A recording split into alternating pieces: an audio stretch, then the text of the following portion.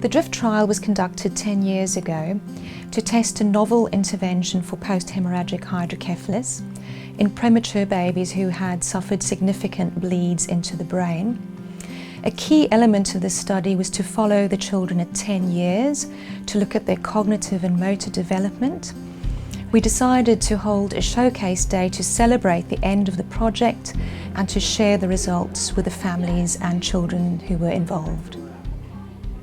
Severe bleeding into the brain of premature babies is a very significant problem, leading to very significant brain injury. The residue left by the blood clots and the pressure caused by the fluid buildup causes harm to the developing brain and can result in very significant disability. DRIFT was designed as a novel treatment to wash out the toxic effects of the blood clots and to reduce the pressure in the ventricular system. A key aspect of interventional trials looking at neurological outcomes in premature babies is long-term follow-up. It's only by investigating children at school age that we really can see the full impact of a new intervention. To enable this, we do need families and children to be motivated to come back for assessments at school age. Therefore, patient and public involvement was very, very important in the DRIFT-10 study.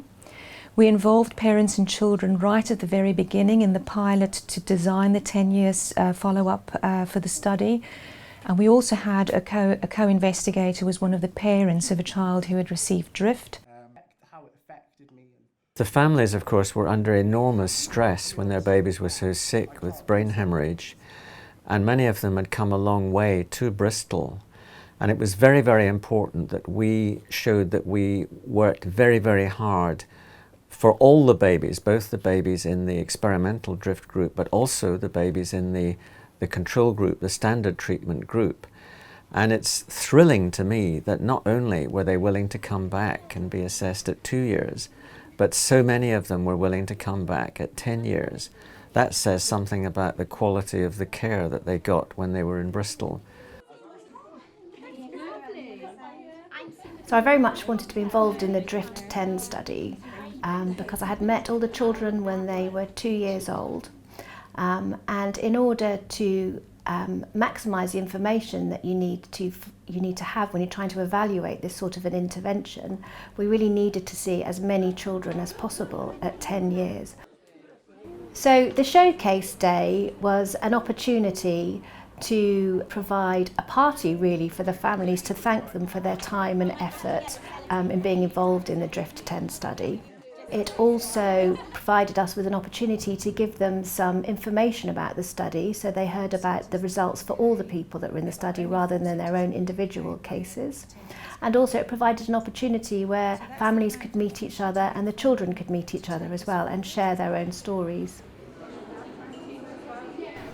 It's given Isaac the opportunity to do things that I don't think he would have been able to. And I'm ever thankful to the doctors again for giving us that option, even though it was in its infancy when Isaac had it.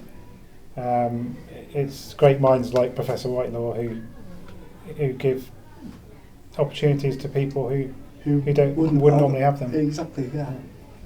It was very moving to meet the families again after so many years. Of course, I would recognise the children, of course, because they looked completely different from when they were premature babies.